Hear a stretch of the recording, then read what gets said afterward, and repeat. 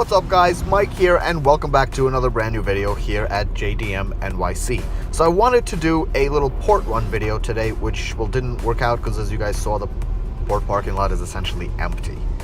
What we are doing here today though is we're picking up these two cars. We're picking up this R32 GTS-T, supposed Type M, and we'll get into the video more why that's questionable. This gorgeous chaser is going to be sitting here waiting to be picked up later on today. Beautiful car, up for sale by Fed Legal Imports. Awesome chaser, 1JZ, drift spec, ready to go. Those wheels, honestly, seem like they should be on a Cosworth Benz. Nonetheless, beautiful looking car, beautiful looking car. And then we have the Sylvia, which will be towed back. And we'll probably see it in front of us on the Fed Legal Import truck throughout the course of this video.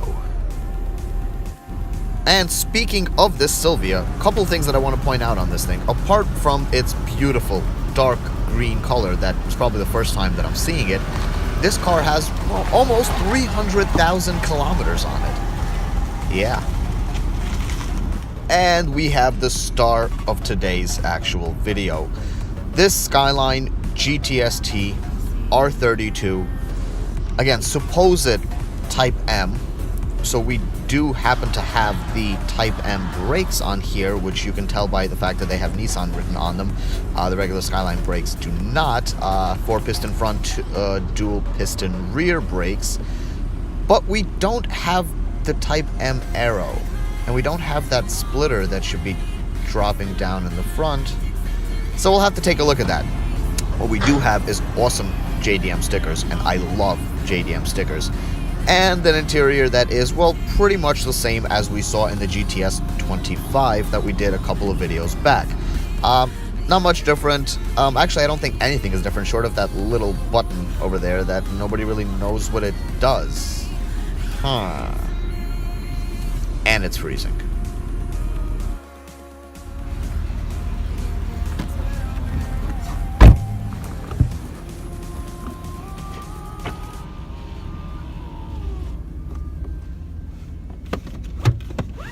It's cold out there. It's not fun. What is it? 7.5 Celsius? I'm just gonna pretend I know what that is. It sounds cold. Econ in here is set to 30.5. Low. That sounds higher than 7.5. America. Oh. Beautiful sound of turbos in the morning.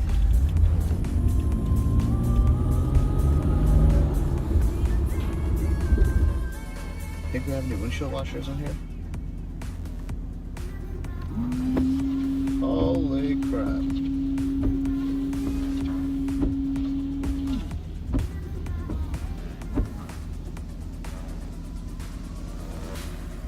Usually these things don't, when they get over straight from the port like this, they don't have windshield washer fluid in them. But you know what? This thing also doesn't drive like a car that's 25 years old. It drives a lot better than that. Its suspension feels, I mean, great. It doesn't feel ultra stiff. It doesn't feel like you're riding on rocks, essentially. Like every single bump you hit, you feel through every single part of your vertebrae. It's not like that. And yet, at the same exact time, it flings into turns and hugs them.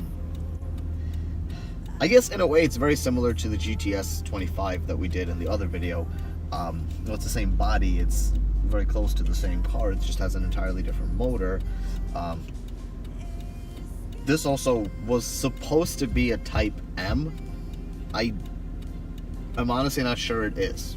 We'll have to check on a couple of things. So the Type M was kind of the more optioned version of the regular GTS-T. So you would have the 4-piston brakes in the front, 2 pistons in the rear. You would have an option for ABS. You had a sunroof that came on almost every single one of these things, on the sedans at least anyway. Coupes, it wasn't as popular of a thing, but the Type M sedans almost all had sunroofs. They had the arrow for Type M all around, and with that was also a button right over here that was in the Skyline, that was in the first port run video, that would lower the front splitter. Normally the front splitter lowered at about 60 kilometers an hour, where you can hit the button and lower and raise it on your own as you wish.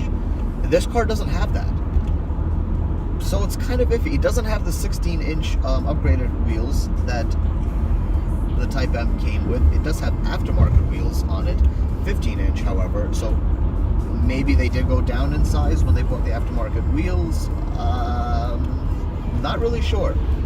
So it's kind of weird with that, but we'll get to the bottom of it. It should have a viscous limited slip differential. Easy way to tell that on R32s is you can literally look at the rear diff, and it will have stamped on it, either in the top left or the top right, viscous, if it's a viscous limited slip diff, or it'll just say limited slip on it. One of the two will be stamped. So we'll have to check to see if that has it. We'll have to check by the VIN to see if this is an actual Type M car or not. If it is, it definitely a unique combination on it.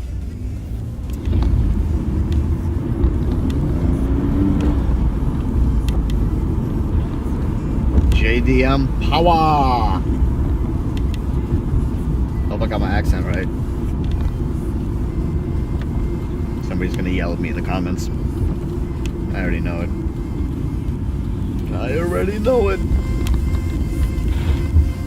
So let's get to what is going to be the hardest thing for me to do in this video. I really want to try my best to explain to you guys what it's really like to drive an early 90s Nissan Skyline GTS-T sedan. And here's why this is so difficult. Let's take, for example, the early 90s Nissan Fairlady Z, specifically that walled edition one that we did a couple of videos back. Explaining what it's like to drive that car to you all is relatively simple. In fact, it's probably the easiest thing ever. It's a 2-door red coupe, 300 horsepower, rear-wheel drive, twin-turbo, twin intercooler, rear active steer, extremely low to the ground, low center of gravity, and it loves to just haul ass. Get it? Right. That's pretty much all you need to say about it, and you get the point. Let's try to do that now with this Skyline.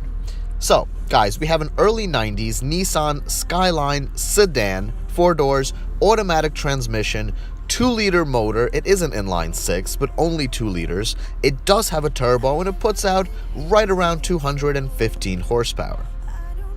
That's right, 215 horsepower.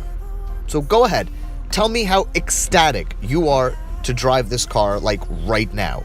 How super excited you are to feel that 215 horsepower. Go ahead. I'll wait.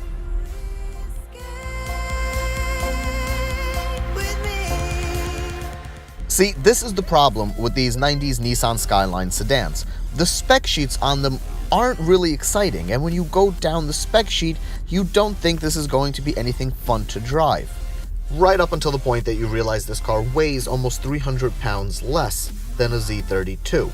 So the Type M edition, which again, questionable if this is or not, but that comes in right at around 2,900 pounds. And then a mid-90s Z32 will come in at right around 3,300 pounds. So that's 300 plus pounds of a difference, which doesn't sound like a lot, but it does quite a lot of things towards how things feel. And that's kind of a light car. That's rear-wheel drive. That has a turbo. And it's a 2-liter. So in Japan, you're paying taxes based on the size of your motor and the weight. So this is now a really cheap car. I mean, in many different ways, this is now a cheap car. It's not going through a lot of gas. It's not costing a lot of tax in Japan to run, which means that this is a perfect car to be the daily driver to commute somebody back and forth to work, to stand in that morning traffic and get amazing fuel economy while doing so, and then to be able to zip back when you leave work late at night and have a nice, fun, spirited drive and still be able to stop by and pick up your in-laws because the car on paper seats 5 people. And then you could still go by and pick up the grocery shopping and throw all that in the trunk and then have a blast with a rear-wheel drive and a turbo car driving home. And that's where I think the true beauty of this car is that it is that perfect kind of city zipper. It's the perfect car to have in the city where you can still stand in traffic and have a relatively small motor and avoid many, many different costs. And at the same exact time, you still, when you wanted to, have a turbo and you have a beautiful platform. You have an RB20 motor in here that you can easily mod to do many, many, many different things. This can easily be a drift spec car. This can easily be a daily driver. This can easily be so many different things. This could be an autocross car. So much things could be done with these. And I think that's the true beauty in that. It's a car that you don't expect a lot from, but you get so much out of. So many people get stuck on the Nissan Skyline GTR that all these other ones, the GTS-T sedans, I mean really almost all of the sedans, go relatively unknown and unthought about. That's definitely wrong. These are beautiful cars, and I highly, highly recommend, if you guys have the opportunity, that you give one of these a drive and maybe even think about picking it up for yourself. So hopefully that gave you guys a little bit about what it's like to drive a early 90s Nissan Skyline sedan and gave you guys a little bit more appreciation for them, or even just let you be aware of the fact that they exist. Thank you guys so much for watching, and huge shout out to all of the new subscribers and supporters to the channel. You guys are awesome. Thanks so much for coming along for the ride. If any of you are out in the market for one of these JDM imports, hit up Fed Legal Imports at fedlegalimports.com. They have a lot of beautiful models available. Thanks for watching. Like the video down below. Subscribe to the channel if you haven't already. We'll see you soon.